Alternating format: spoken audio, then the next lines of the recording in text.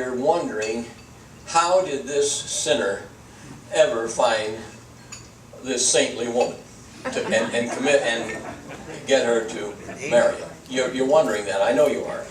Admit it.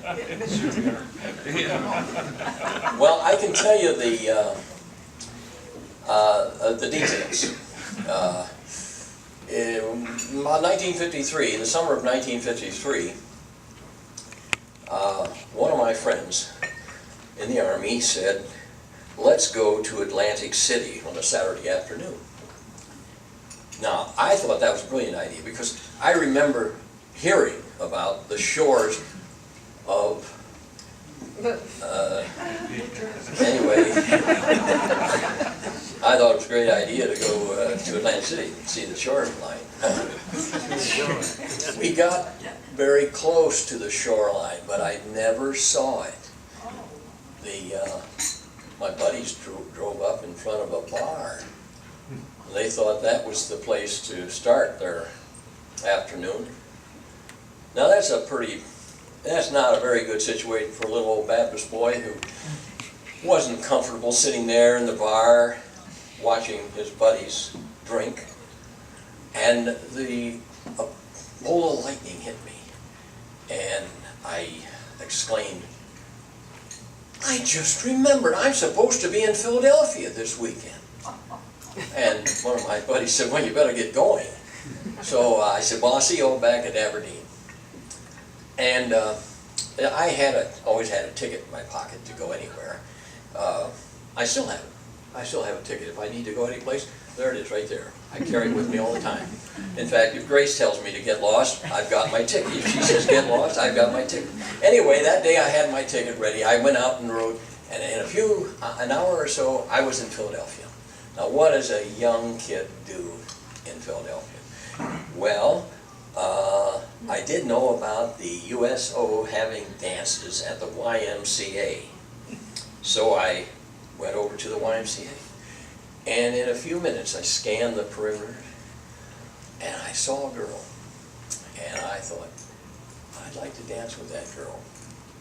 I brought her along here tonight. She's right back there. So we danced the rest of the evening. I walked her over to the railway station, and she went on back home. And the next week, I thought that was a pretty good encounter. I'm going to do that again.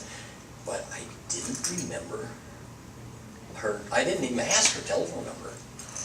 And so I went to the telephone booth when I got back to Philadelphia, and I asked the operator. I said, I'm not sure of the town, but I need to locate somebody in a town north of Philadelphia. I think that person was Mrs. Google, by the way. Anyway, she says, a town northeast of Philadelphia. Brenathan, Beth Ayres, Southampton. I said, that's it. Southampton, that's it. And then she said, okay, what's the name? And I said, well, I'm not really sure of that either. I said, it's a German name. It's not Schneider. It's not Schuler. She read off some names, and she says, Schuler.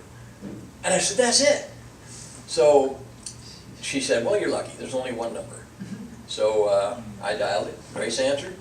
And she said, yeah, she'd be glad to come in for lunch, late lunch. And she did. So that's how it got started. Anyway, that's how it got started. But sometimes I wonder, how is it the two people get together? How is it you look at somebody? I mean, there's a lot more to it. And I've never figured it out. But you know, the poets talk about it. Robert Burns and so many others. They all give us thoughts, and one of my favorites is, I think I mentioned his name in here, Sir Harry Lauder. I think one of his lyrics and his pieces is to Susie McQueen, and he says, I'll love you forever, the rest of your life. And that is, but that still is just what, what goes on. What is it that, how is it that we find someone, a mate, and we say, this is the right one? Well, I thought about it, and I came across a poem that I liked, and it kind of addresses that. And it has to do with the unconscious Christian conviction that you sense in a person. And so I fall back on a poem to explain my story.